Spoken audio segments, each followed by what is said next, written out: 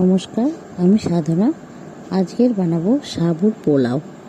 এই সাবুর পোলাওটা একটু অন্য ধরনের বানাবো, আর পেঁয়াজ দিয়ে আমি বানাবো। এর আগে আমার একটা নিরামিষি সাবুর পোলাও রেসিপি দেওয়া আছে, আপনারা দেখে নিতে পারেন। প্রথমেই সাবুটাকে ভিজিয়ে রেখেছিলাম 4-5 ঘন্টা, ভালো মতন ভিজে গেছে সাবুটাও। এবার এদিকে কেটে রেখে দিয়েছি আলু, গাজর, কাঁচা লঙ্কা, সব কিছুই আমি একটু ছোট ছোট করে কেটে নিয়েছি। এদিকে পেঁয়াজটাও আমি ছোট ছোট করে কেটেছি।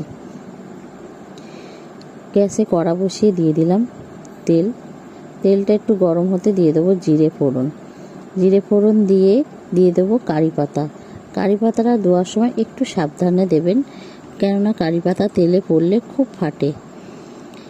এদিকে কাঁচা লঙ্কা কিছুটা দিয়ে দিলাম কুচি করা। কাঁচা লঙ্কাটাও একটু ভেজে নিয়ে দিয়ে দেবো আলু আর গাজর। আলু গাজরটাকে ভালো করে আমি নেড়ে চেড়ে ভেজে নেব। আলু আর গাজরটা যখন কিছুটা গলে আসবে, তখন এর মধ্যে দিয়ে দেবো পেঁয়াজ কুচি। পেঁয়াজটাকেও এর সঙ্গে ভালো করে আমি ভেজে নেব।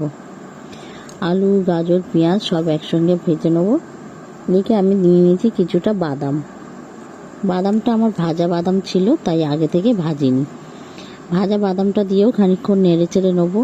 এবার দিয়ে দেবো টমেটো কুচি, দিয়ে দেবো টমেটোমের ওপর লবণ আর একটু হলুদ দিয়ে ভালো করে আমি মিশিয়ে নেব।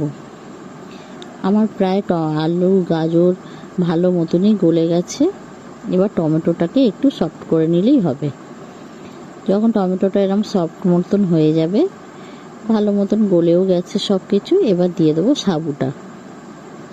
সাবুটাকে দিয়েও ভালো করে আমি নেড়ে চেড়ে নেব। ভালো করে আলু, গাজর, পেঁয়াজ সব সবজির সঙ্গে ভালো করে মিশিয়ে নিতে হবে সাবুটাকে। মিশিয়ে নিলেই হয়ে যাবে প্রায়। এবার দিয়ে দেবো আমি একটু গোলমরিচ গুঁড়োটাকে দিয়েও ভালো করে আমি একটু মিশিয়ে নেব। এবার মিশিয়ে নেওয়ার পরে দিয়ে দেবো কুচানো ধনে পাতাটা দিয়ে একটু নেড়ে চেড়ে নিলেই আমার সাবুর পোলাও রেসিপিটা কমপ্লিট হয়ে যাবে। আপনাদের যদি এই সাবুর পোলাও রেসিপিটা ভালো লেগে থাকে, তাহলে একটা লাইক, কমেন্ট, শেয়ার করে দেবেন, আর সাবস্ক্রাইব করে আমার পাশে থাকবেন। আর ফেসবুকে দেখলে আমার পেজটাকে ফলো করে রাখবেন।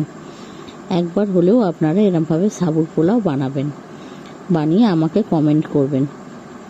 আর কে কে এরমভাবে সাবুর পোলাও খেয়েছেন, তারাও আমাকে একটা কমেন্ট করে দেখবেন।